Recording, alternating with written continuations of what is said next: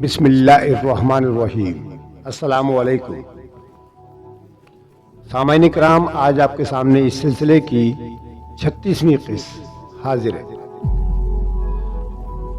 بلرام سنگھ اپنے جذبہ عشق میں سچا تھا، مگر راجہ جے پال ارمغانہ کے ساتھ ایک بھیانک کھیل کھیل رہا تھا۔ اس نے بہت غور و فکر کے بعد یہ منصوبہ بنایا کہ خفیہ طور پر ارمغانہ سے شادی کر لے گا، پھر مناسب سمجھے گا تو غزنی پر حملہ کر دے گا، ورنہ بہانہ سازی سے کام لے کر اپنی مملکت کی حدود میں سکون سے بیٹھا رہے گا۔ اس طرح ارمغانہ کی ضد بھی پوری ہو جائے گی، اور جب اسے نجات کا کوئی راستہ نہیں ملے گا تو ایک داشتہ کی حیثیت سے جے پال کے خفیہ عشرت قدے کی زینت بن جائے گی۔ برہمن حکمران اپنے عیارانہ منصوبے سے پوری طرح مطمئن تھا، اور روزانہ نصف شب کے قریب ارمغانہ کو خلوت میں طلب کر کے جھوٹی سچی باتیں کرتا اور پچھلے پہر تک شراب پیتا رہتا۔ مگر اس کا یہ نشہ اس وقت اترا جب تقریباً 1 ماہ بعد سپہ سالار بلرام سنگھ نے حاضر ہو کر اسے یہ پریشان کن خبر دی۔ اسد شیرازی سچ کہتا ہے، امیر سبکتگین ہندوستان کے کئی علاقوں پر قبضہ کر چکا ہے۔ اگر مسلمان حکمران کو بر وقت نہیں روکا گیا تو وہ دن دور نہیں جب سبکتگین اپنے گھوڑوں کے سموں سے ملتان کی سرزمین کو بھی روند ڈالے گا۔ اس اطلاع نے تو جے پال کی نیندیں حرام کر دی۔ چند روز تک وہ تنہائی میں سپہ سالار بلرام سنگھ سے اپنی جنگی حکمت عملی پر بحث کرتا رہا۔ پھر تمام نشیب و فرائض کا جائزہ لینے کے بعد اس نے اسد شیرازی کو خلوت میں طلب کیا۔ مجھے سبکتگین کی فوجوں کی تعداد، خفیہ راستوں اور مسلمانوں کو طریقہ جنگ کے بارے میں تمام تفصیلات بتاؤ۔ راجہ جے پال نے تحکم آمیز لہجے میں کہا، اگر بعد میں تمہاری فراہم کردہ کوئی اطلاع غلط ثابت ہوئی تو میں تمہیں بڑی دردناک سزا دوں گا۔ ہو سکتا ہے کہ تمہارے دست و پا کاٹ کر تمہیں ملتان کے کسی ویران راستے پر پھینک دیا جائے، پھر نہ کوئی تمہارے حلق میں پانی کی چند قطرے ٹپکانے والا ہوگا اور نہ منہ میں روٹی کا ٹکڑا ڈالنے والا۔ تم اس کمرے میں بیٹھ کر خود بھی اندازہ کر سکتے ہو کہ وہ کیسی لرزہ خیز موت ہوگی۔ یک جے پال کے لہجے سے انتہائی صفاقی جھلکنے لگی، اور وہ کسی انسان کے بجائے ایک بھوکا درندہ نظر آنے لگا تھا۔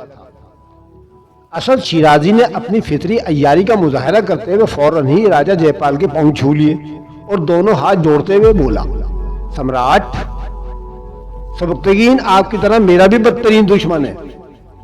اس کے بعد اسد شیرازی نے برہمن حکمران کے سامنے مملکت غزنی کے سارے راز اگل دیے اور کہا، سمراٹ، میں جانتا ہوں کہ سبکتگین کی فوج آپ کے لشکر جرار کا مقابلہ نہیں کر سکے گی، مگر مجھے نظام شاہ کی طرف سے ہر وقت خطرہ سا لگا رہتا ہے۔ وہ ہکلاتے ہوئے بولا، کون نظام شاہ؟ راجہ جے پال نے تحقیر آمیز لہجے میں پوچھا۔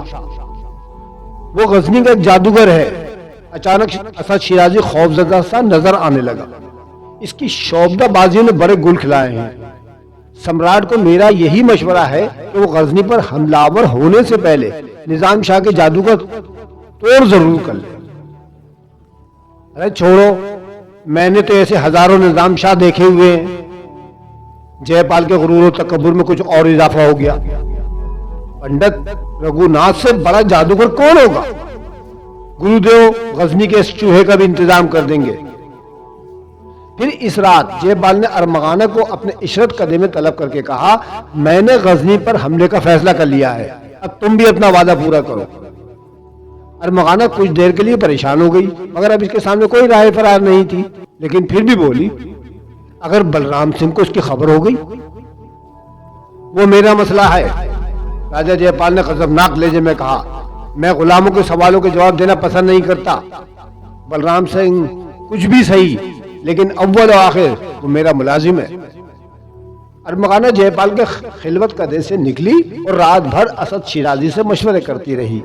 دوسرے دن اس نے بڑی رازداری کے ساتھ درباری پنڈت برج موہن کے سامنے ہندو مذہب اختیار کر لیا اور ایک خوفناک راستے پر چل پڑی۔ راجہ جے پال اپنی اس فتح سے بہت خوش تھا۔ اس کی پسندیدہ عورت کے عشرت قدے میں داخل ہو چکی تھی۔ پنڈت برج موہن نے ارمغانہ شیرازی کا ہندوانی نام سمترا دیوی تجویز کیا۔ ارمغانہ کو اپنا یہ نام بہت پسند آیا، خصوصاً دیوی کا لفظ۔ کیونکہ اس سے اقتدار، پرستش اور غلبے کا تاثر ملتا تھا۔ اگرچہ برج موہن کے سوا اس شادی کا کوئی دوسرا گواہ موجود نہیں تھا، لیکن ارمغانہ مطمئن تھی کہ وہ بہت جلد راجا کو اپنا غلام بنا لے گی۔ کچھ دن کیف و نشاط کے جزیرے میں گزارنے کے بعد راجا جے پال اپنی عشرت قدر سے باہر آیا اور اس نے سپہ سالار بلرام سنگھ کو طلب کر کے نئے احکامات جاری کر دیے اور کہا اس سے پہلے کہ امیر سبکتگین کی چیوٹیوں کا لشکر ہماری مملکت کی طرف بڑھے، ہمیں اپنے کوہ پہ کر ہاتھیوں کی فوج کو غزنی کے راستے میں کھڑا کر دینا چاہیے، تاکہ یہ پرہول مناظر دیکھ کر شدت خوف سے مسلمان سپاہیوں کے دل ٹکڑے ہو جائیں اور ان کی آئندہ نسلوں کے لیے راجا جے پال کا نام دہشت کی ایک زندہ علامت بن کر رہ جائے۔ برہمن حکمران کے لہجے میں بڑا غرور تھا۔ اپنے فرمان روا کا حکم سن کر بلرام سنگھ نصف قد تک جھکا اور پھر سیدھا ہو کر بولا، بہترین جنگ حکمت عملی یہی ہے کہ ہم دشمن پر بے خبری کے عالم میں حملہ کر دیں۔ اس طرح حریف کو نفسیاتی شکست ہو جاتی ہے اور وہ خوف و دہشت میں مبتلا ہو کر ہمت ہار بیٹھتا ہے۔ اگر ہم نے سبکتگین کو ملتان کی طرف بڑھنے دیا تو اس کے حوصلے بلند ہو جائیں گے۔ اس لیے میری رائے میں یہی مناسب ہے کہ جنگ جو ہے غزنی کی حدود میں لڑی جائے۔ اگرچہ بلرام سنگھ ایک جوان سال سپہ سالار تھا، لیکن فطری ذہانت اور تدبر کے باعث وہ بہت تجربہ کار نظر آتا تھا۔ بلرام سنگھ، تمہیں میری طرف سے پوری آزادی اور اختیار حاصل ہے، راجا جے پال نے پرجوش لہجے میں کہا۔ تم جس طرح چاہو دشمن سے جنگ کرو، مگر اس جنگ کا فیصلہ ہمارے حق میں ہی ہونا چاہیے۔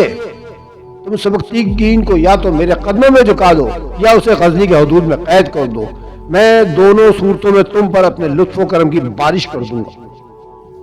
سمراٹ کی اس محبت کا 1000 بار شکریہ، مگر بلرام سنگھ کسی انعام کی لالچ میں جنگ نہیں کرتا۔ بلرام سنگھ بولا، وہ تو ایک ایسا سپاہی ہے جو صرف اپنی دھرتی اور دھرم کی خاطر موت کے اس کاروبار میں حصہ لیتا ہے۔ ہار اور جیت کا اس کے یہاں کوئی تصور نہیں۔ ساری زندگی بھگوان سے ایک ہی پرارتھنا کی ہے کہ تمام زخم بلرام سنگھ کے سینے پر آئے، اور جب وہ دنیا سے رخصت ہو تو کوئی یہ نہ کہے کہ بلرام سنگھ کی پشت پر بھی کوئی گھاؤ موجود تھا۔ بلرام سنگھ بالکل سچ بول رہا تھا، وہ حقیقتاً اسی انداز کا سپاہی تھا، مگر اس بار اس کے جنگی جنون میں ارمغانہ کی محبت بھی شامل ہو گئی تھی، اور وہ دل کے تقاضوں سے مجبور ہو کر غزنی پر یلغار کرنا چاہتا تھا، تاکہ اپنے وعدے کے مطابق امیر سبکتگین اور محمود کے سر کاٹ کر ارمغانہ کی بارگاہ جمال میں پیش کر سکے۔ راجا جے پال اپنے سپہ سالار کا یہ جذبہ سرفروشی دیکھ کر بہت مطمئن تھا، مگر اسے یہ خبر نہ تھی کہ اس مرتبہ بلرام سنگھ صرف ایک عورت کی خاطر وحشیانہ جنگ کے منصوبے بنا رہا ہے، اور عورت وہ جو انتہائی فریب کارانہ انداز سے برہمن حکمران کی بیوی بن چکی ہے۔ میں تمہارے بے غرض جذبات کی قدر کرتا ہوں بلرام سنگھ، راجا جے پال نے چرب زبانی کا مظاہرہ کرتے ہوئے کہا۔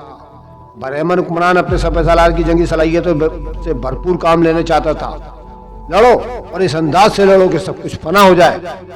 ایسا ہی ہوگا سمراٹ، بلرام سنگھ نے اپنی شمشیر کے قبضے پر ہاتھ رکھتے ہوئے کہا۔ بہت دنوں سے دھرتی کی پیاس نہیں بجھی ہے، مگر اس بار دشمنوں کے خون سے ریگستان بھی جل تھل ہو جائیں گے۔ راجا جے پال مسکرایا اور بلرام سنگھ راج محل کے ایک مخصوص کمرے سے نکل کر میدان کی طرف چلا گیا، جہاں پر راجپوت سپاہی بہت تیزی کے ساتھ جمع ہوتے چلے جا رہے تھے۔ پھر ایک ماہ کی مکمل تیاری کے بعد راجا جے پال اپنا کثیر لشکر لے کر غزنی پر یلغار کے ارادے سے آگے بڑھا۔ اسی دوران امیر سبکتگین کے جاسوس بھی غافل نہیں بیٹھے تھے۔ وہ برق رفتار گھوڑوں پر سوار ہو کر غزنی کی حدود سے بہت دور نکل گئے تھے اور دشمن کی سرگرمیوں پر گہری نظر رکھے ہوئے تھے۔ جیسے ہی راجا جے پال کا لشکر آگے بڑھا، سبکتگین کے جاسوسوں نے اپنے امیر کو خبر پہنچا دی کہ دشمن کے ارادے خطرناک ہیں۔ یہ اطلاع پاتے امیر سبکتگین نے غزنی کے وسیع اور عریض میدان میں اپنے سپاہیوں کو جمع کیا اور ایک تقریر کرتے ہوئے کہا، اے میرے جانباز ساتھیوں، میں تمہیں جس دن کی خبر دیا کرتا تھا، آج وہ دن آخر پہنچ گیا۔ میں جانتا تھا کہ ہندوستان کے بت پرست ان لوگوں کو زیادہ دیر تک برداشت نہیں کر سکتے جو ایک خدا پر ایمان رکھتے ہیں اور جنہیں دنیا میں اسی لیے بھیجا گیا ہے کہ وہ اللہ کی زمین سے بت پرستی اور ظلم کی ناپاک رسموں کو مٹا دیں اور ایک ایک گوشے میں عدل و انصاف قائم کر دیں۔ یہ صرف عقائد اور نظریات کی جنگ ہے۔ وہ ہمارے وجود کو تسلیم نہیں کرتے، اس لیے ہم بھی ان کی ذات کی نفی کرتے ہیں، اور ہم تو پہلے ہی اللہ کے سوا ہر طاقت کی نفی کر چکے ہیں۔ پھر یہ راجہ جے پال کون ہے، اس کی طاقت کی کیا حیثیت ہے؟ اگر سارا ہندوستان بھی غزنی پر امڑ آئے تو ہم خوف و ہراس میں مبتلا نہیں ہو سکتے۔ ہماری زندگی اللہ کی ایک امانت ہے، اور وہ جب ہم سے اپنی امانت طلب کرے گا تو ہم رضا و رغبت کے ساتھ اسے اس کی امانت لوٹا دیں گے۔ میری گناہ گار آ کے دیکھ رہی ہیں کہ امانتیں واپس کرنے کا وقت آ گیا ہے۔ تم بھی اس اشارہ غیبی کو سمجھو اور اپنے دلوں کو فانی دنیا کی محبتوں سے خالی کر دو۔ یاد رکھو، دنیا کی محبت ہی انسان کو بزدل بناتی ہے، اور یہ بزدلی ذلت اور رسوائی کی موت سے ہمکنار کرتی ہے یا غلامی کی زنجیریں پہنا دیتی ہے۔ تم اول و آخر مسلمان ہو، اس لیے ذلت اور رسوائی کی موت بھی قبول نہیں کرو گے اور غلامی کی زنجیریں بھی نہیں پہنو گے۔ یہ دونوں چیزیں تمہارے لیے باعث شرم ہے۔ جواب میں تمام سپاہیوں نے نعرہ تکبیر بلند کیا اور نہایت پرجوش لہجے میں کہا، امیر، ہم نے اپنے گھروں کی طرف پشت کر لی اور دلوں سے بیوی بچوں کی محبت نکال پھینکی ہے۔ اب ہمیں اس کے سوا کچھ نظر نہیں آتا کہ دشمن ہمارے سامنے ہے اور ہم اپنی مملکت کی بقا کی آخری جنگ لڑ رہے ہیں۔ بس ہمیں یہ الغار کا حکم دیجئے، پھر آپ خود دیکھ لیں گے کہ ہم کس طرح اپنا عہد نبھاتے ہیں۔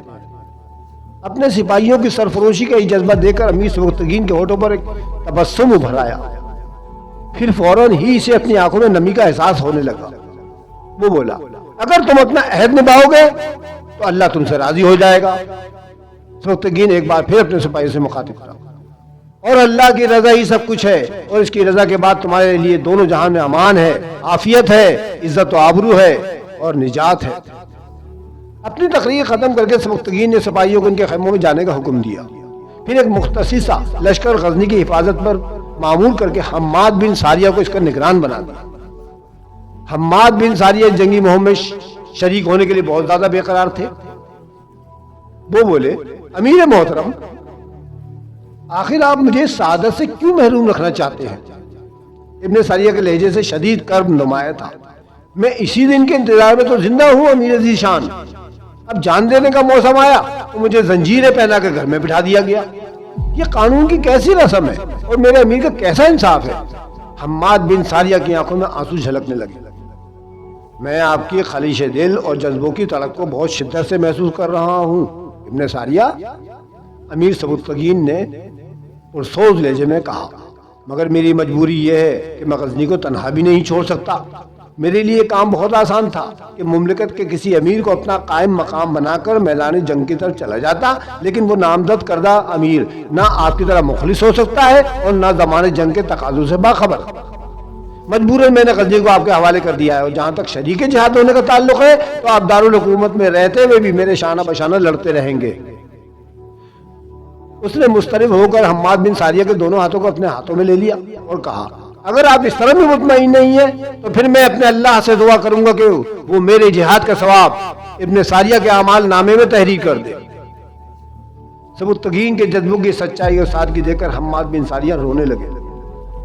امیر، اللہ آپ کو جزائے خیر دے اور میری ساری نیکیاں آپ کے حساب میں لکھ دے۔ میں کیا اور میرا شوق جہاد کیا، بس ایک خواب سا ہے جو یہ گناہ گار آ کے مسلسل دیکھتی رہتی ہیں۔ اگر میرا یہ خواب بکھر بھی گیا تو کیا غم ہے، دوسرے اہل ایمان تو اپنے خوابوں کی تعبیر حاصل کر لیں گے نا۔ شاید اللہ ان تعبیروں کو کے صدقے میں میرے خواب کو بھی برباد ہونے سے بچا لے۔